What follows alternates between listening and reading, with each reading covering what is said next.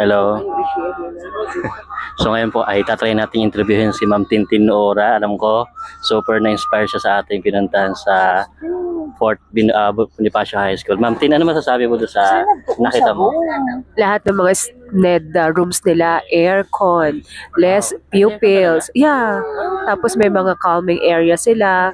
Pero nasa 80 na pala yung mga estudyante nila doon na SNED. Pero naka-inclusive. So, naka-schedule lang naman din sila. At okay.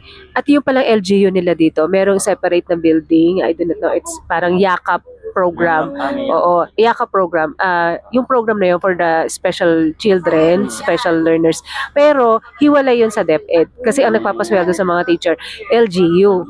So, ang good thing naman no, nababawasan din yung estudyante nilang kinikater. Kasi 80 is crowded na rin naman. Yun po.